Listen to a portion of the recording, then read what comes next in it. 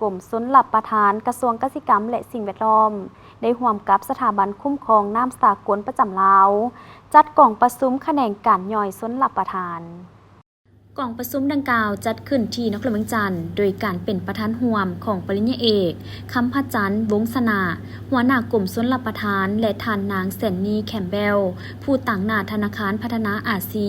ประจำลาวมีหัวหน้าห้องหัวหน้ากรมสถาบันผู้ต่างหน้าสถาบันคุ้มครองน้ำสากลประจำลาวและบรรดาหัวหน้าคณะแผนกศูนย์และวิชาการที่เกี่ยวข้องเข้าร่วมกล่องประชุมแขนงการย่อยชลประทานแม้นจะได้จัดขึ้นในทุกๆ6 เดือนของแต่ละปีและเทื่อนี้แม่นเป็นครั้งที่2ของปี2025จุดประสงค์ของกล่องประชุมดังกล่าวแม่นเพื่อร่วมรับฟังปรึกษาหารือและแลกเปลี่ยนบทเรียนในหัวข้อชลประทานน้ำใต้ดิน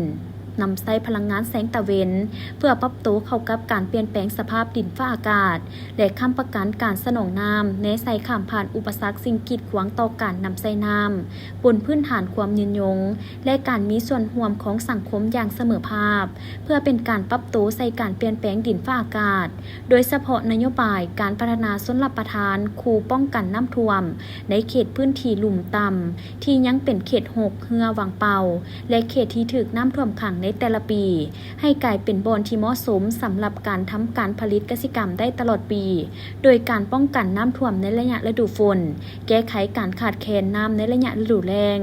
จากนั้นผู้ต่างหน้าจากกรมชลประทานก็ได้นำเสนอแผนยุทธศาสตร์การพัฒนาชลประทานแต่ปี2026 หา 2030และวิสัยทัศน์ฮอดปี